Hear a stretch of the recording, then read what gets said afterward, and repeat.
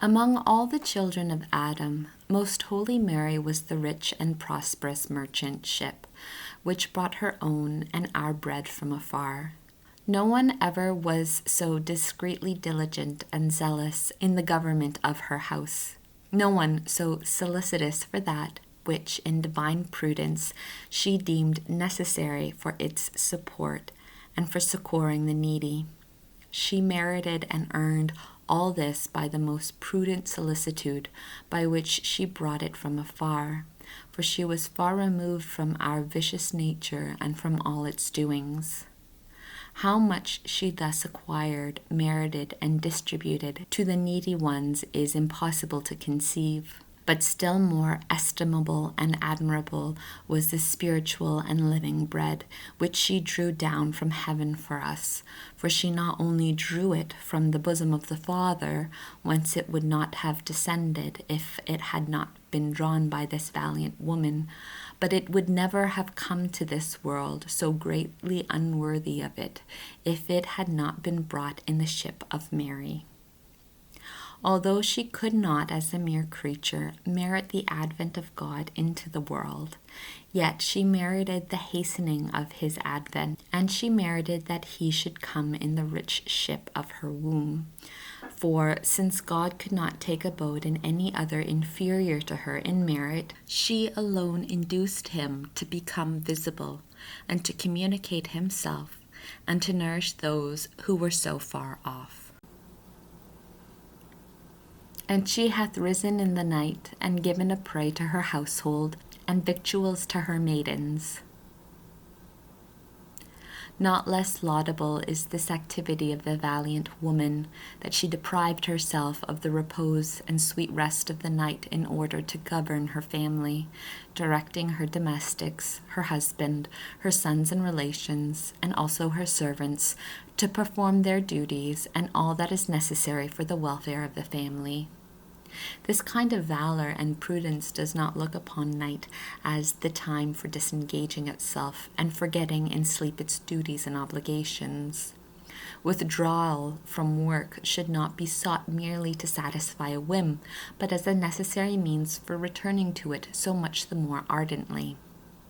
Our queen was truly admirable in this prudent kind of economy, although she had no servants in her family, because her love of obedience and humility did not permit her to charge anyone but herself with the servile duties of the house.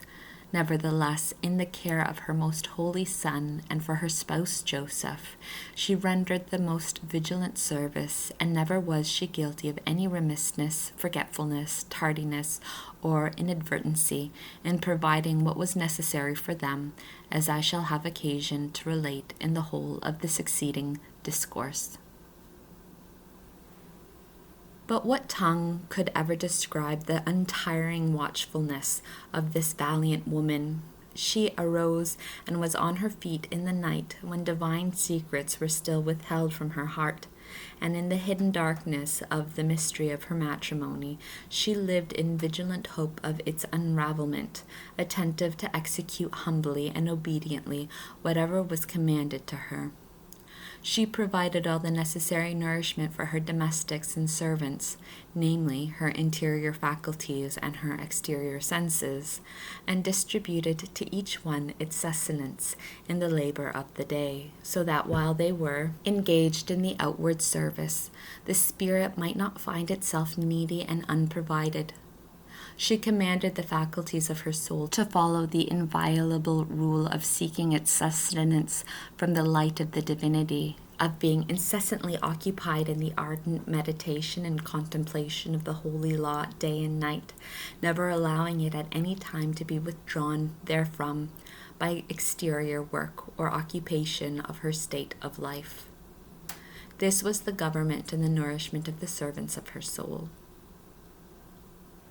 Also, to the other servants, the exterior senses, she distributed their legitimate occupation and nourishment. Making use of the jurisdiction which she possessed over these faculties, she commanded that, as servants, they serve the Spirit, that though in the world they be dead to it, and ignore its vanities, and live solely in as far as was necessary for nature and grace. that they be not taken up with sensible delights, except in so far as the superior part of the soul should allow and communicate by its overflowing influence.